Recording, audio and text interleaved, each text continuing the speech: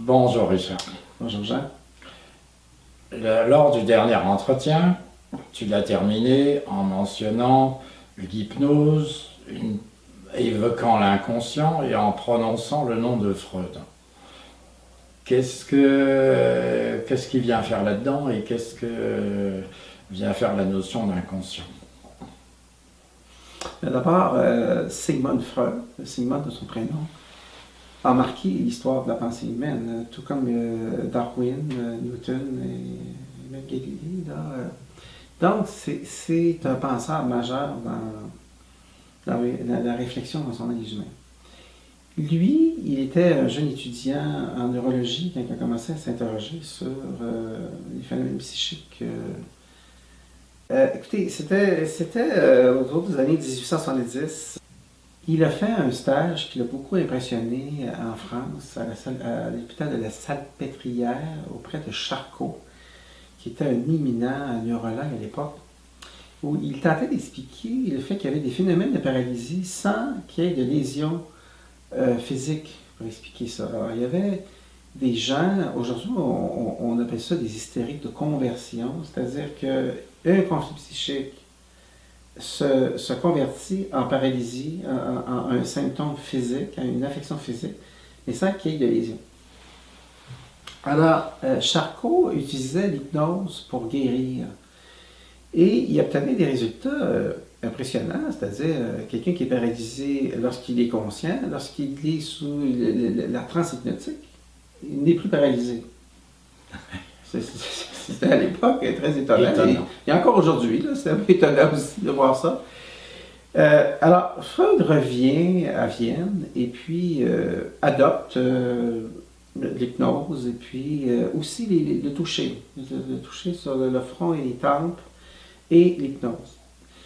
Maintenant, il est un peu irrité parce qu'il est frustré un peu de ça parce qu'il s'aperçoit que, d'abord, c'est pas tout le monde qui entre en transe hypnotique. Il ne réussissait pas. Est-ce que c'est parce qu'il n'était pas bon, il a petits heures? Peut-être, ça se peut. Il y en a qui disent ça. Mais bon, bref, lui, c'est pas ça qui est arrivé. Ce qui est arrivé, c'est qu'il dit, ben non, c'est pas tout le monde qui peut entrer sur l'état de la transe hypnotique. Et aussi que la guérison n'était pas, ne durait pas dans le temps. Il y avait soit une paralysie partielle qui revenait au total de nouveau. Donc c'était juste temporaire. C'était comme il y avait un côté temporaire à ça.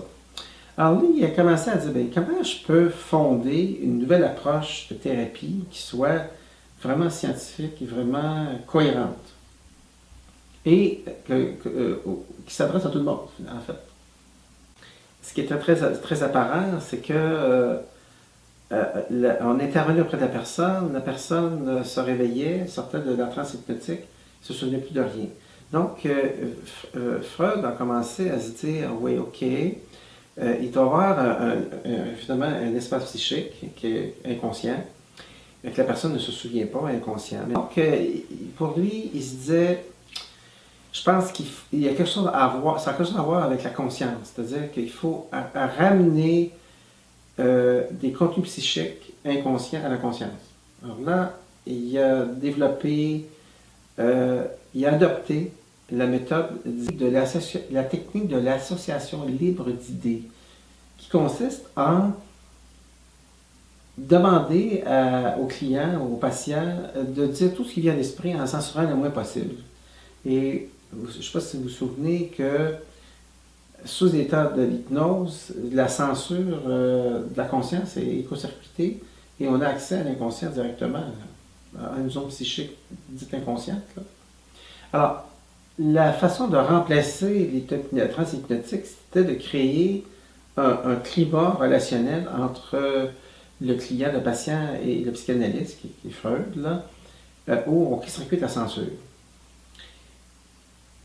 Freud obtenait des bons résultats. Il arrivait à interpréter des contenus inconscients, sauf que il y avait des drôles de réactions chez les gens et ça le frustrait parce qu'ils se disaient, mais comment ça, que les gens nient ce qu'ils viennent de dire ou refusent ou sont indignés, l'accusent, lui, d'avoir induit ou d'avoir fait dire des choses alors qu'il ne voulait pas le dire. En fait, c'est une réaction affective, intempestive. Lui, il attribuait ça au fait que les gens sont faibles sur le plan de la conscience, sur le plan de l'éthique, et puis, enfin bref, il y avait des réactions, lui, importantes face à ce phénomène-là. Alors, il a commencé à nommer ça l'idée du transfert. C'est-à-dire, il s'est aperçu, au fait de sa théorisation, l'évolution de sa théorie, que, en fait, les gens répétaient des enjeux relationnels avec les parents. Avec le père, la mère, il y avait une répétition des enjeux du dynamique familial qui appelait. Donc ils projetaient leur manière d'être avec leur famille. Oui, tout à fait. C'est exactement ça. Voilà. Alors, c'est là qu'on voit sa théorie, sa théorisation qui a pris dans les années 50 années durant, qui a écrit. Hein. C'est un homme très prolifique qui a travaillé longtemps. Et il avait pas de sa théorie de cette façon-là. Mais là, donc, depuis tout à l'heure, tu nous parles de Freud, et alors qu'on était parti de la psychologie et l'hypnose. Oui. Et est-ce que ça veut dire que Freud est essentiel dans la manière scientifique d'aborder la psychologie? Oui, Freud a une place privilégiée dans toute l'histoire de l'intervention en psychologie jusqu'à aujourd'hui. C'est-à-dire que c'était le premier à vraiment développer une approche de thérapie, parce qu'avant, il y avait de la recherche en psychologie. C'était des mesures. C'était pas des approches thérapeutiques vraiment développées, et avec une théorisation, puis des explications des phénomènes psychiques complexes. Donc, oui, il y a une place très privilégiée. Il a une théorie vraiment qui a impressionné plusieurs générations, plusieurs décennies de penseurs. C'est un être de génie. Donc, pendant que certains manipulaient deux concepts, lui, quand il écrivait ses livres, c'était 5 concepts en même temps. Donc, il dominait les gens au niveau de la pensée. Et ça a pris plusieurs années avant qu'il y ait d'autres auteurs qui commencent à remettre en question l'intelligence de cette théorisation. Alors, il a été remis en question éventuellement, mais ça, on va y revenir dans une prochaine vidéo. Mais oui, il y a une place importante, mais vous allez voir qu'il y a plusieurs théories psychologiques. Ce n'est pas la seule théorie. Oui, parce que d'après ma compréhension bête, la psychologie, c'est un champ immense, et ça s'occupe de plein de choses, et la psychanalyse, enfin ce qui me semble être associé à Freud, c'est relativement restreint par rapport à l'ensemble du champ de la psychologie. Oui, Freud avait la prétention, voulait développer une théorie, comme plusieurs autres d'ailleurs, une théorie qui globalisante, qui englobe tous les phénomènes psychiques humains.